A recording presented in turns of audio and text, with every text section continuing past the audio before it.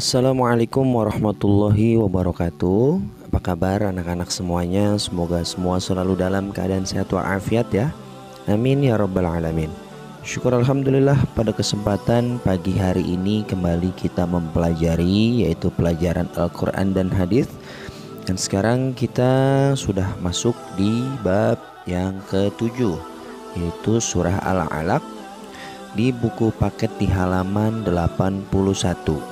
Namun sebelum kita lanjut ke pembahasan, mari terlebih dahulu kita memohon kepada Allah Subhanahu wa taala, mudah-mudahan ilmu yang akan kita simak berikut ini yaitu membawa manfaat buat kita semua. Amin ya rabbal alamin. Bismillahirrahmanirrahim. Rabbi zidni ilma warzuqni fahma.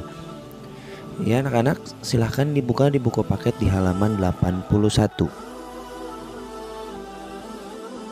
Sebelum Islam datang, bangsa Arab adalah bangsa yang berperadaban rendah dan tidak bermartabat. Banyak bentuk kejahiliahan berkembang di masyarakat. Kehidupan masyarakat tidak teratur dan hukum yang berkembang adalah hukum rimba. Hukum rimba adalah di mana dia yang paling kuat, dialah yang menjadi pemenangnya. Sebagai pemuda, Nabi Muhammad SAW sangat prihatin terhadap pola kehidupan masyarakat saat itu. Beliau sering berkholwat ke Gua Hira untuk memikirkan apa yang harus dilakukan. Ya, Nabi Muhammad SAW sering menyendiri, sering berkholwat, sering berpikir sebagai seorang nabi apa yang harus beliau lakukan.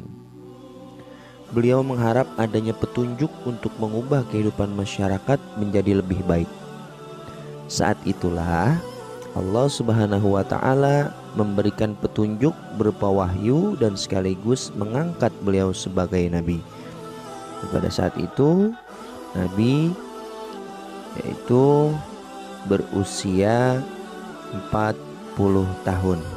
Ya, Nabi diangkat menjadi Rasul pada usia 40 tahun. Nabi Muhammad SAW adalah Rasulullah atau utusan Allah. Allah Subhanahu wa taala memberikan bukti kerasulan beliau. Bukti itu berupa wahyu.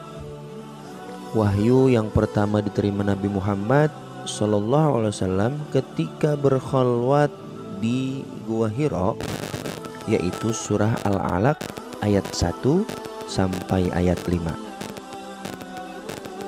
Tepatnya pada malam Jumat tanggal 17 tahun ke-40 miladi atau dari kelahiran beliau. Jadi tahun ke-40 atau pada usia 40 tahun Nabi Muhammad SAW menerima wahyu yang pertama, yaitu surah Al-Alaq ayat 1 sampai 5. Dan hari itu bertepatan dengan tanggal 6 Agustus 610 Masehi. Pada pelajaran 7 ini kita akan belajar melafalkan dan juga menghafal surah Al-Alaq dari ayat 1 sampai 19. Mari kita perhatikan uraian berikut ini dengan seksama. A. Melafalkan surah Al-Alaq dengan baik dan benar. Surah Al-Alaq termasuk surah Makkiyah, yaitu surah yang diturunkan sebelum Nabi Muhammad SAW hijrah ke Madinah. Tepatnya, surah ini turun di Gua Hira sebagai wahyu pertama. Surah ini terdiri atas 19 ayat dan merupakan surah ke-96. Nama surah ini diambil dari lafal Al-Alaq pada ayat kedua yang berarti segumpal darah. Ya, jadi surah Al-Alaq ini banyak sebutannya. Kalau yang kita kenal juga bisa disebut surat Iqra. Nah, ada yang bilang surah Al-Alaq, ada yang bilang surah Iqra. Berikut ini kita akan belajar melafalkan surah Al-Alaq dengan baik dan benar sesuai kaidah tajwid. Ya. Melafalkan Al-Qur'an dengan baik dan benar adalah suatu keharusan atau fardu ain. Orang yang membaca Al-Qur'an tanpa memperhatikan kebenaran bacaannya dapat mengakibatkan salah arti. Hal itu juga akan menimbulkan dosa. Jika kita membaca Al-Qur'an dengan baik dan benar, pada hari kiamat Al-Qur'an akan datang sebagai syafaat. Kita akan mendapatkan derajat mulia di sisi Allah Subhanahu wa Ta'ala karena Al-Qur'an yang kita baca dengan baik dan benar. Oleh karena itu, maka harus kita sebagai muslim, dan kita juga masih muda, terus belajar bagaimana cara membaca Al-Qur'an dengan baik dan benar, tentunya sesuai kaidah tajwid. Panjang pendeknya, fashohahnya harus baik dan benar. Kalau salah itu dapat merubah arti. Ya, hati-hati. Ketika melafalkan surat Al-Fatihah pun hati-hati, karena itu termasuk daripada rukun sholat, surah Al-Fatihah. Ketika kita membaca Fatihah tidak benar, maka rukunnya pun kita salah. Ya, dan akhirnya sholat kita tidak sah karena rukunnya pun kita salah. Ya, hati-hati.